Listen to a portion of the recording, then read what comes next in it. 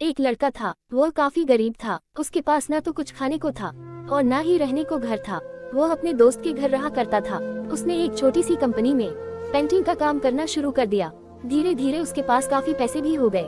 बाद में वो काफी धनी भी हो गया, लेकिन अभी भी उसके अंदर कुछ कमी का एहसास होता था। जब वो छोटा था तभी उसके माता पिता इस दुनिया से चले गए थे।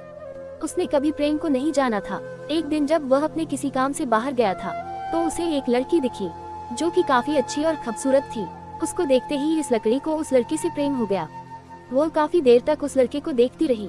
कुछ देर बाद वह लड़की वहाँ से चली गई।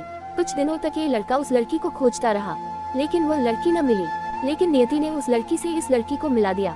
वो लड़की इस लड़के के घर काम की तलाश में आई थी। लड़के ने लड़की को तुरंत घर के काम के लिए रख लिया। जब वह लड़की इस लड़के से मिलने आई थी तो उस समय इस लड़के ने कुछ शब्द भी साफ से नहीं बोल पा रहा था, जिससे लड़की को लगा कि यह लड़का गूंगा है। लड़का भी जान गया था कि यह लड़की हमें गूंगा समझती है। इसके साथ ही लड़की समझ गई थी कि यह लड़का इस घर का नौकर है, ना कि मालिक है। अब जब भी यह लड़का उस लड़की के पास जाता तो गूंगा बन जाता है। धीरे धीरे वह लड़की इस लड़के पर काफी रहम खाने लगी।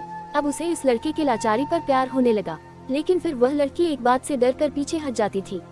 इस लड़की के भी माता पिता बचपन में ही मर चुके थे। इस लड़की को इसके चाचा ने पाला था और वह चाहता था कि वह जब तक जिंदा रहे ये लड़की उसके खाने और पीने का पैसा दे। लड़की का प्रेम हद से भी बाहर जाने लगा। लड़के के एक खांसी पर भी वो लड़की दौड़े उस लड़के के पास पहुंच जाती थी। अब लड़का भी समझ गया कि इस लड़की को मुझसे प्रेम हो गया है। लड़का भी बहुत ज्यादा उस लड़की से प्रेम करता था। उसने पहले लड़की के बारे में सब कुछ पता किया।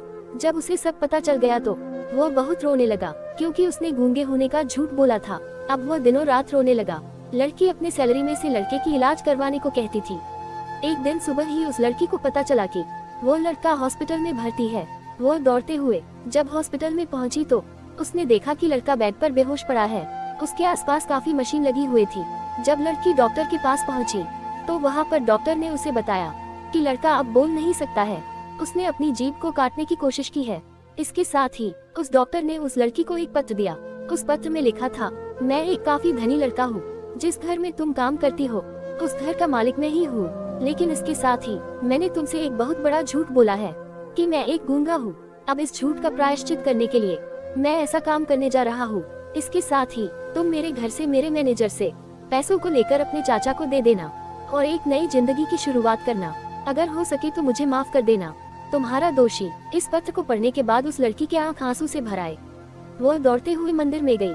उसने भगवान के सामने कसम खाया कि जब तक वह लड़का बोलने नहीं लगता है तब तक वह कुछ नहीं खाएगी, भले ही वह मर क्यों न जाए। इधर डॉक्टर भी उस लड़के की इलाज कर रहे थे।